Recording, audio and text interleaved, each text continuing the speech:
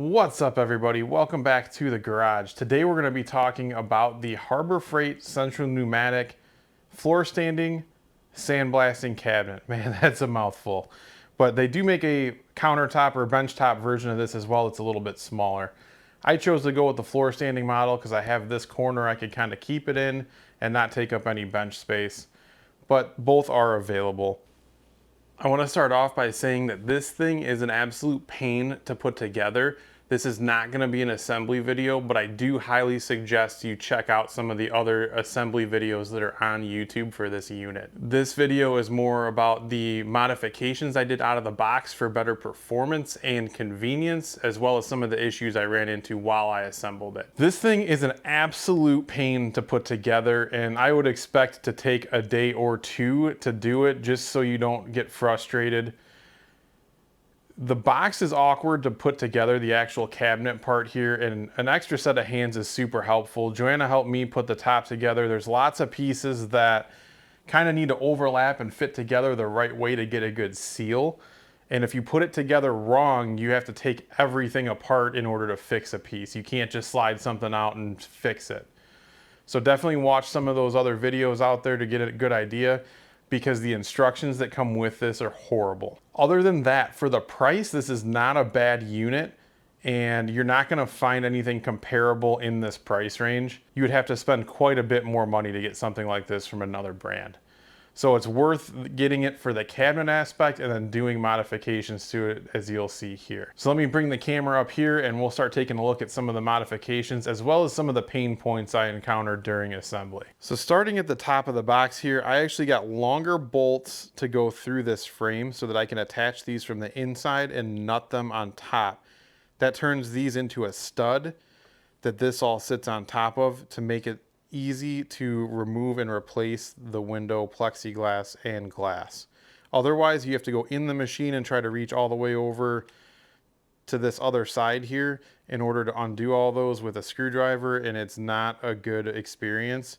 Having nuts on top, you can use your impact or a nut driver and just zip these off and pull this frame off and you're good to go. The next modification, if you want to call it that, is I put this shelf in upside down. It's supposed to be flipped over, but I put it in upside down so that you've got this lip and you can actually hold things on here without them falling off. And there is a slight lip back here by the funnel as well. That modification with the shelf is something easy that you can do that costs $0. All you got to do is flip that over compared to what the instructions tell you. Over here on the left side of the cabinet, here I've put in a standard electrical junction box, and I have a switch for the inside light as well as a dual outlet on this same box. This allows me to plug in the box itself using just an extra piece of cord that I had. That powers the light that I've put in here, as well as gives me power to both of those outlets, so I can power the shop vac for dust control if I need to, or any other tools I might need in this general vicinity without having to run another cord or extension cord. So down here underneath, I have done a metering valve on here instead of using the siphon tube that comes with the unit. So you can see I've got a flange at the bottom of the funnel with a couple pipe fittings as well as a T.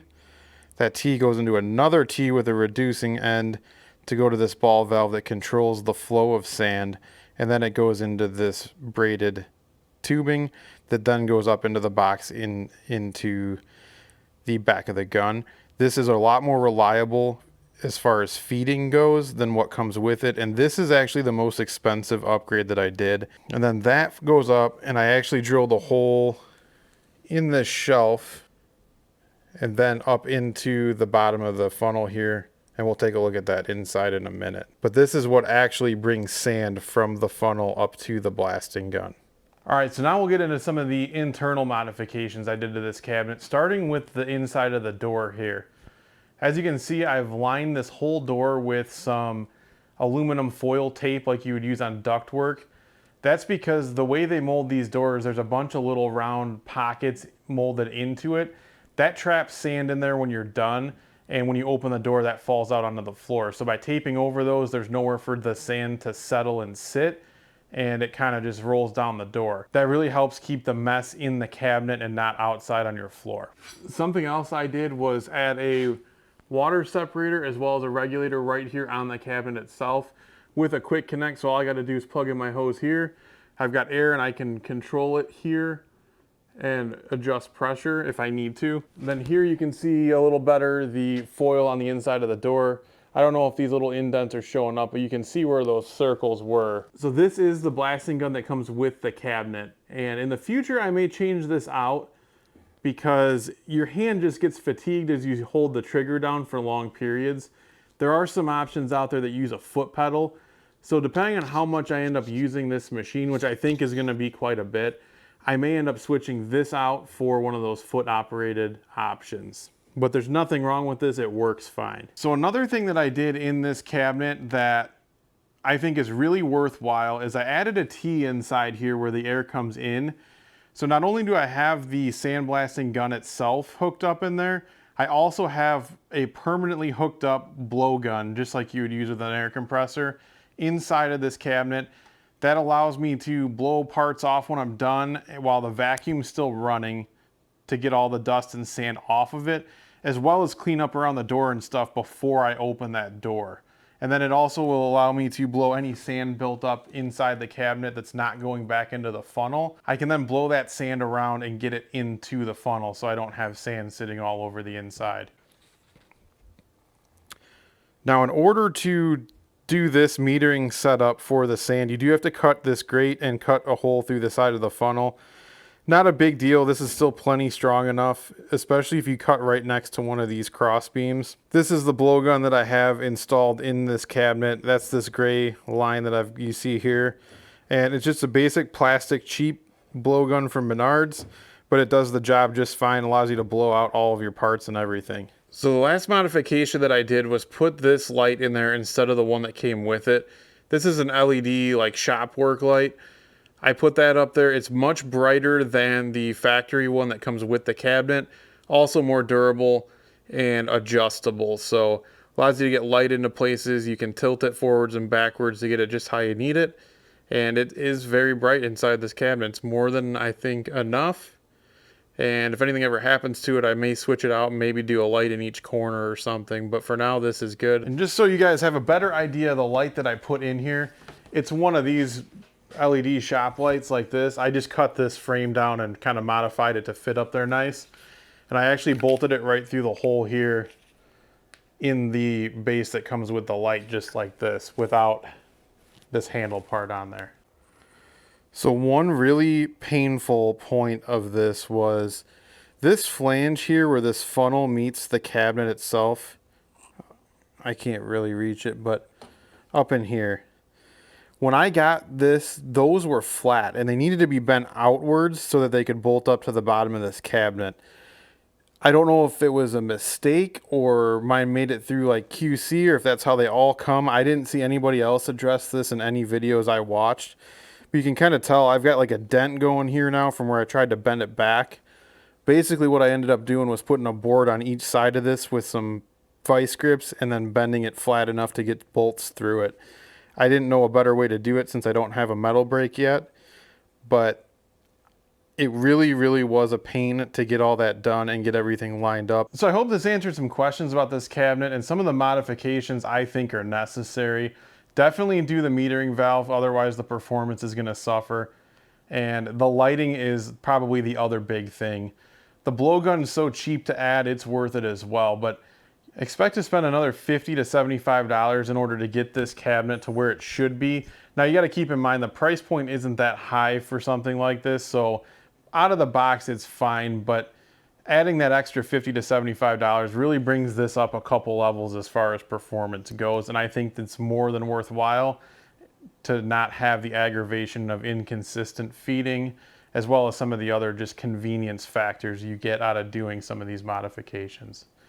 Like I said, in the future, I may go to a foot pedal type gun because your hand gets fatigued after using it for a while, but the gun that it comes with, it performs fine, at least for me so far. Another thing I may do is with the light center mounted, it provides enough light to see what you're doing and get stuff done.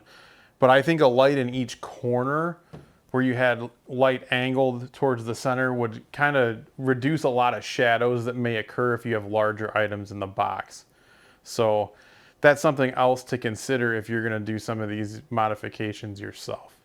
Do I think it's worth it? Absolutely. I deal with a lot of scrap metal. In fact, most of my welding projects are scrap metal, and it makes irregular and odd shaped things easier to clean up for use in welding than doing something like a flap disc or wire wheel. Flap discs and wire wheels work great on flat surfaces that you can fit it into, but you can't, like, for instance, I use the Sandblaster to clean up this old rotor that I'm going to use in my forge build, and trying to get the inside of this clean with a flap disc or a wire wheel would have been kind of a pain, as well as some of this outside part, because you can only do a small area at a time. With a Sandblaster, you can kind of just blast it and be done. Sandblasting does take a little bit longer than using a flap disc or wire wheel on a flat surface. So it's not necessarily the best for flat surfaces, but it's great for things like this that are not a standard shape or flat. So if you work with a lot of irregular shaped objects like car parts, scrap metal, and things like that, then I think this is 100% worth it.